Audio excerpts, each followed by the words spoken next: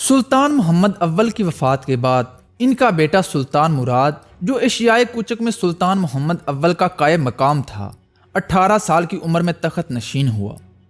سلطان محمد اول نے اپنے مختصر سے دور حکومت میں تیموری حملوں کے تمام اثرات مٹا دیے تھے اور سلطنت عثمانیہ کو گویا از سر نو تعمیر کر کے مستقل و مستحکم بنا دیا تھا۔ لیکن سلطان مراد کی نو عمری سے ان فرما رواؤں کی ہمتیں بڑھ گئیں، جن کو سلطان محمد اول نے اپنی قوت اور حکمت عملی سے سلطنت عثمانیہ کا حلیف و مطیع بنا لیا تھا۔ سب سے پہلے شہنشاہ قسطنطنیہ نے ان تمام احسانات کو فراموش کر کے جو سلطان محمد اول نے اس پر کیے تھے، آل عثمان کے ساتھ اپنی قدیم بغض و عناد کی بنا پر سلطان مراد کی کم سنی سے فائدہ اٹھانا چاہا۔ اس نے سلطان محمد اول کے بھائی یعنی سلطان مراد کے چچا مصطفیٰ کو ان کے مقابلے میں کھڑا کر دیا۔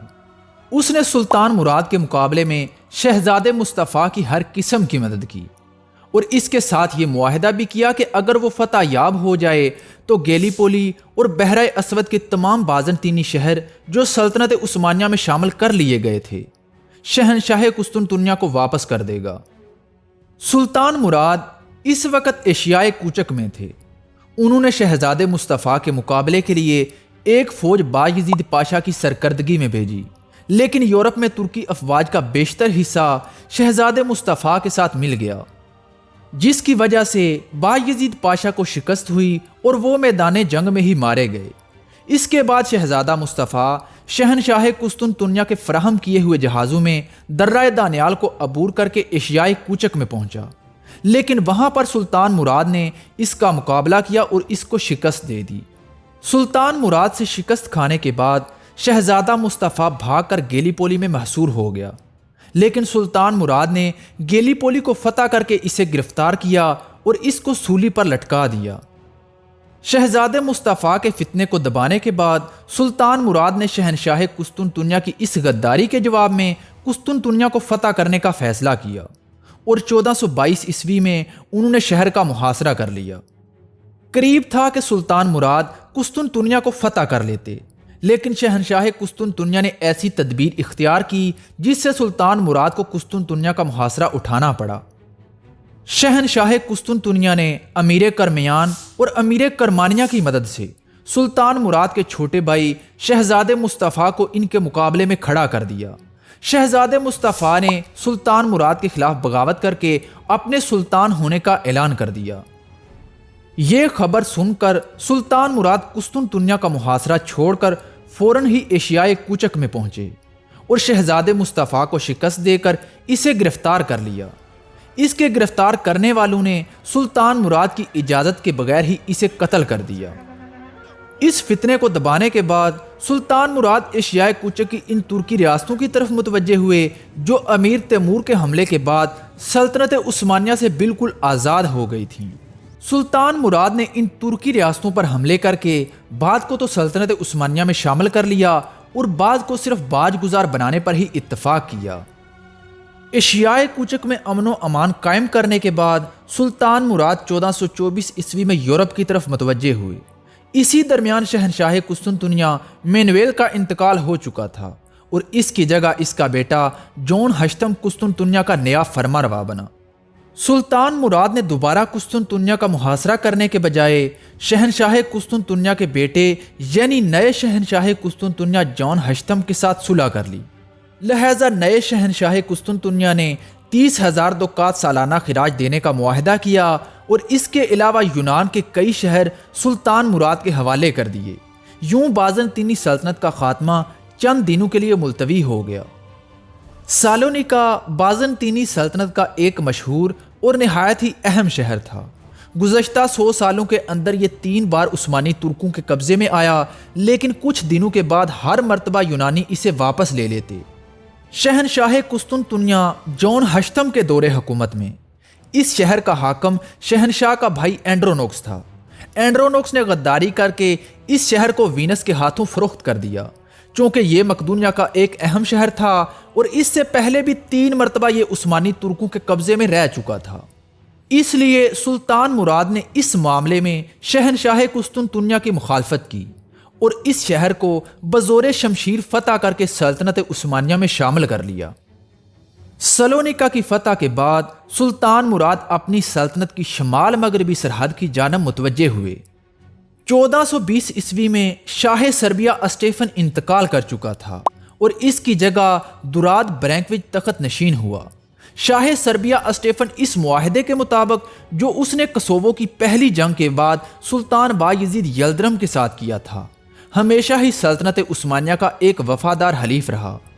اس نے اپنی بہن کی شادی عثمانی سلطان بایزید یلدرم سے کر کے سلطنت عثمانیہ کے ساتھ اس تعلق کو اور بھی زیادہ مضبوط کر لیا تھا، لیکن دراد برینکوچ کو سلطان مراد کے ساتھ کوئی بھی ذاتی تعلق نہیں تھا۔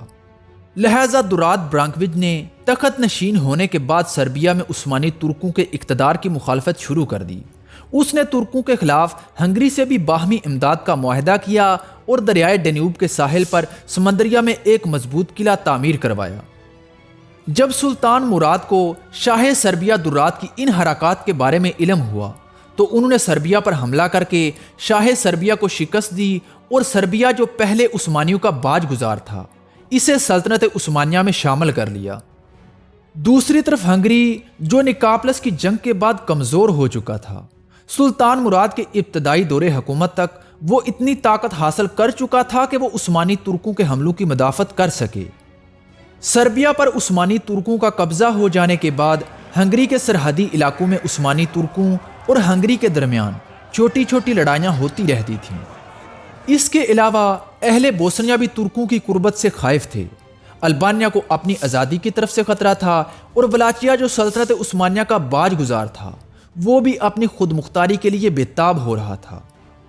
مگر سلطان مراد کی تخت نشینی سے تقریباً 20 سال بعد تک ان مختلف عیسائی حکومتوں کے درمیان کوئی بھی اتحاد قائم نہ ہو سکا اور ان میں سے ہر ایک حکومت علیحدہ علیحدہ سلطان مراد سے جنگ اور صلح کرتی رہی۔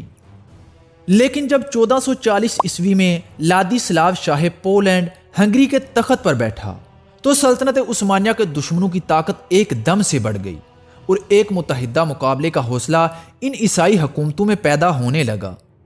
اس حوصلے کو پیدا کرنے والا ایک فوجی سردار ہنیاڈے تھا جو حال ہی میں مغربی یورپ سے واپس آیا تھا اور جس کی غیر معمولی شجاعت کا چرچا پورے یورپ میں پھیلا ہوا تھا۔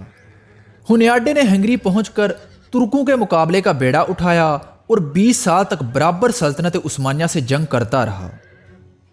سربیا کو فتح کر لینے کے بعد سلطان مراد نے آگے بڑھ کر بلگراد کا محاصرہ کر لیا۔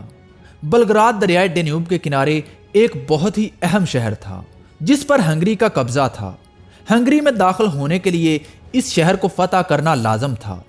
سلطان مراد نے بھی اسی خیال سے اس شہر کا محاصرہ کیا تھا، لیکن ہنگری کی فوجوں کے عزم و استقلال کے مقابلے میں آخرکار ان کو پسپا ہونا پڑا۔ اسی زمانے میں ٹرانسلوینیا میں عثمانی ترکوں کے ایک بہت بڑے لشکر کو ہنیاڈے نے عبرت ناک شکست دی اور 20,000 ترکوں کو قتل کر دیا۔ یہ ہنیاڈے اور عثمانی ترکوں کا پہلا مقابلہ تھا۔ جب سلطان مراد کو اس شکست کی خبر ملی تو انہوں نے 80,000 کی ایک دوسری فوج شہاب الدین پاشا کی قیادت میں روانہ کی، لیکن اس فوج کو بھی ہنیاڈے نے عبرت ناک شکست دی۔ ہنیاڈے کی شاندار کامیابی اور ترکوں کی پے در پے شکستوں سے یورپ کی تمام حکومتوں میں امید کی لہر دوڑ گئی اور یورپ سے ترکوں کو نکال دینے کے لیے ایک زبردست عیسائی اتحاد قائم کر لیا گیا۔ شاہ ہنگری لادیسلاو جو اس وقت ہنگری اور پولینڈ دونوں ملکوں کا فرمانروا تھا، وہ اس تحریک کا روح رواں تھا۔ اس اتحاد میں ہنگری، پولینڈ، ولاچیا، بوسنیا کی حکومتیں اپنی پوری قوت کے ساتھ شریک ہوئیں۔ سربیا بھی دراد برانکوچ کی سرکردگی میں اس صلیبی اتحاد میں شامل ہو گیا۔ فرانس اور جرمنی نے بھی اپنی فوجوں کی ایک کثیر تعداد اس اتحاد کے لیے روانہ کی۔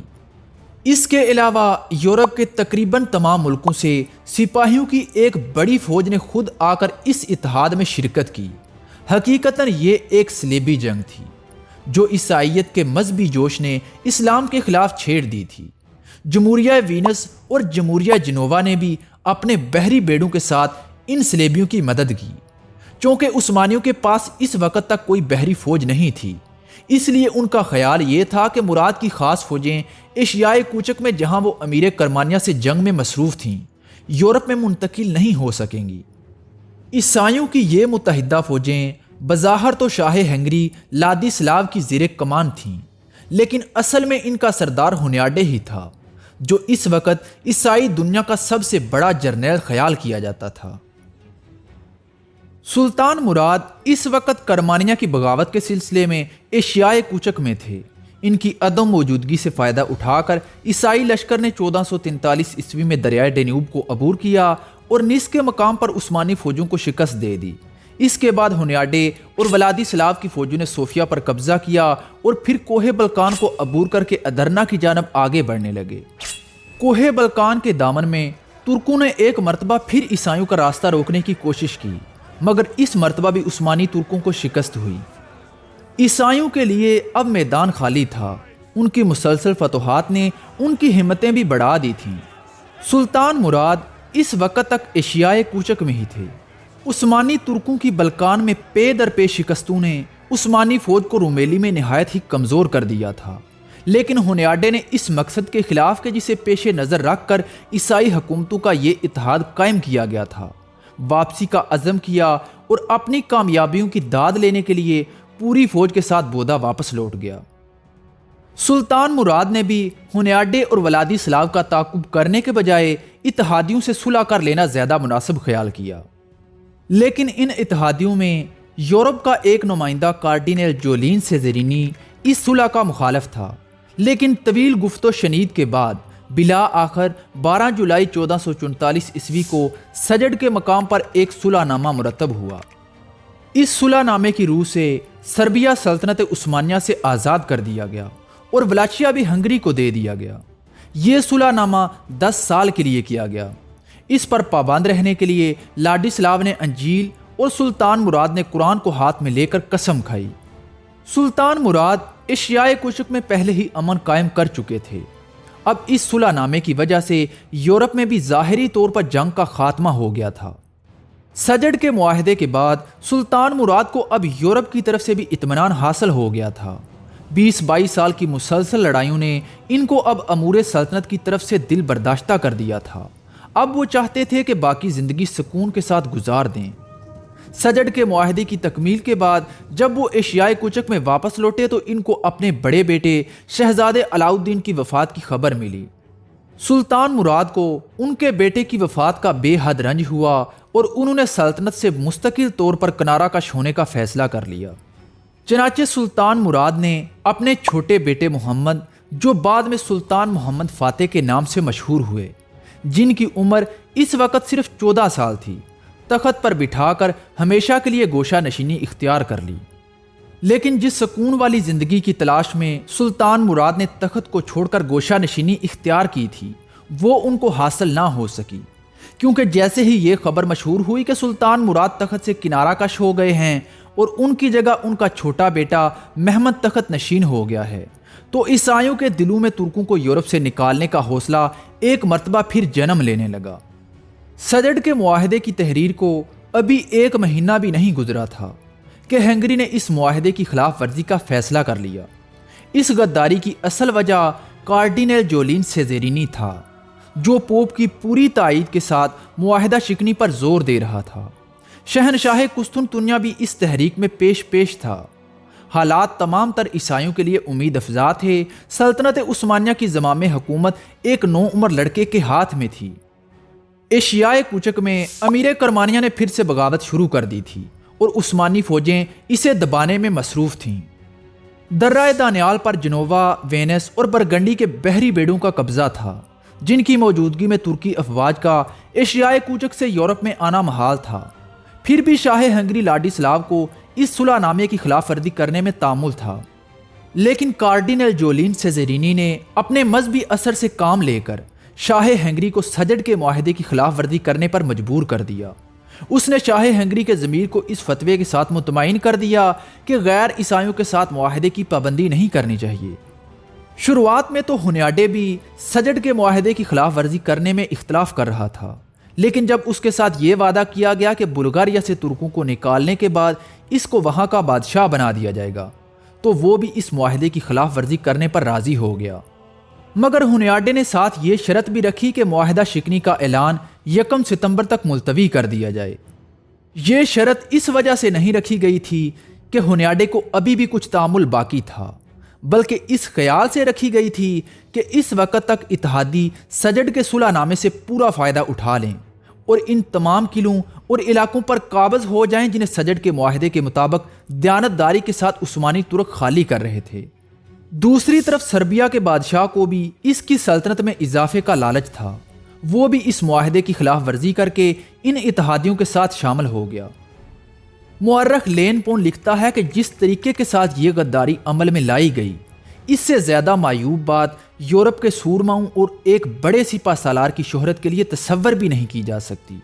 جس وقت سجڑ کے معاہدے کے مطابق عثمانی فوجیں قلعوں اور علاقوں سے نکل گئیں اور اتحادیوں نے صلح نامے سے پوری طرح فائدہ اٹھا لیا، تو شاہ ہنگری لاڈیسلاو، جولین سیزرینی اور ہنیاڈے نے 1 ستمبر کو 20,000 فوج کے ساتھ سلطنت عثمانیہ پر حملہ کر دیا۔ ترک اس فریب سے بالکل بے خبر تھے، جس کا نتیجہ یہ ہوا کہ متعدد قلعے ترکوں کے ہاتھوں سے نکل گئے۔ قلعوں کے ترکی دستوں کو یا تو قتل کر دیا گیا یا چٹانوں سے گرا کر ہلاک کر دیا گیا۔ عیسائیوں کی یہ متحدہ فوجیں فتوحات حاصل کرتے ہوئے وارنا تک جا پہنچیں۔ سلطان محمد فاتح اس وقت بہت ہی کم عمر تھے اور وہ جانتے تھے کہ وہ ان عیسائی اتحادیوں کا مقابلہ نہیں کر سکتے۔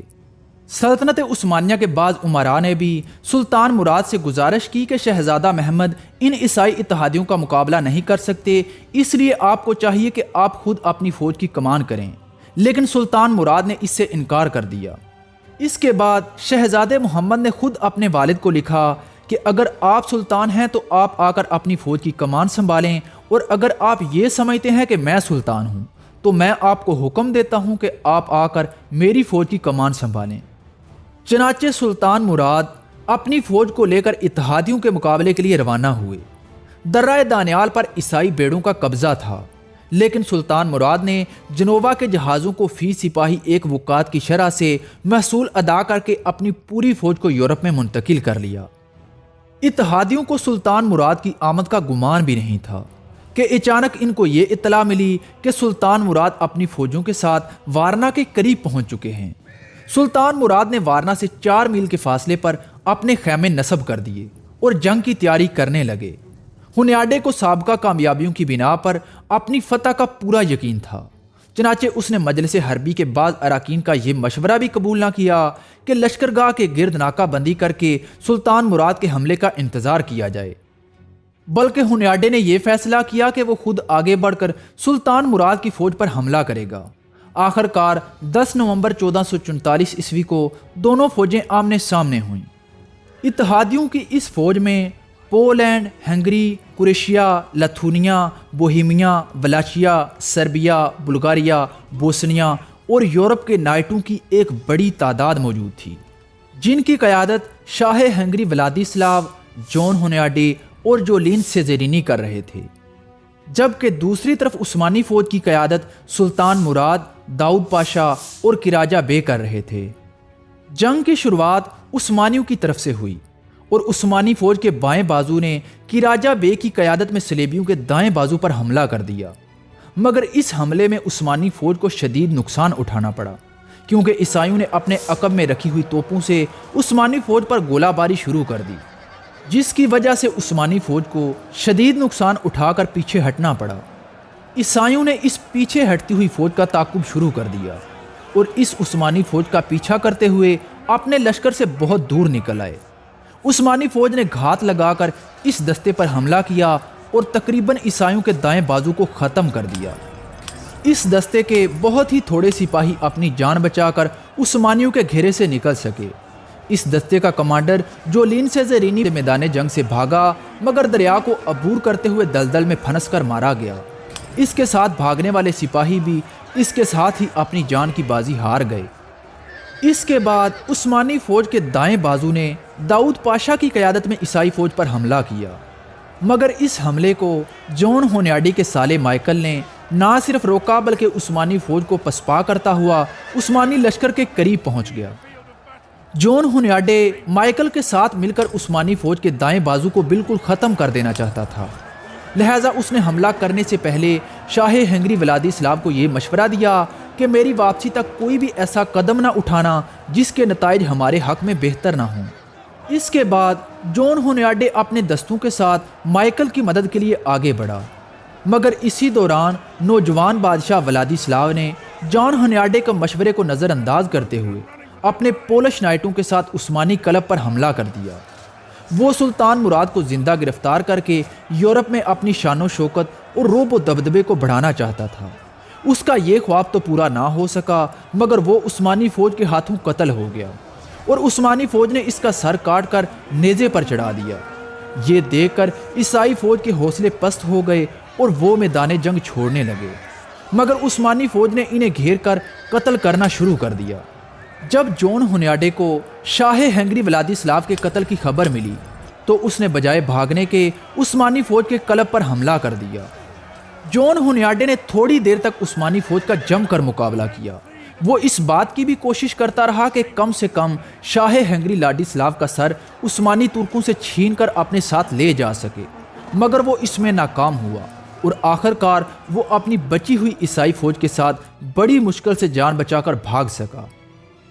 وارنا کی جنگ میں عیسائیوں کی متحدہ فوجوں کو عثمانی ترکوں کے ہاتھوں عبرت ناک شکست ہوئی، جس کے نتیجے میں ہنگری پر تو فوراً عثمانیوں کا قبضہ نہ ہو سکا، لیکن سربیا اور بوسنیا دونوں ہی سلطنت عثمانیہ میں شامل ہو گئے۔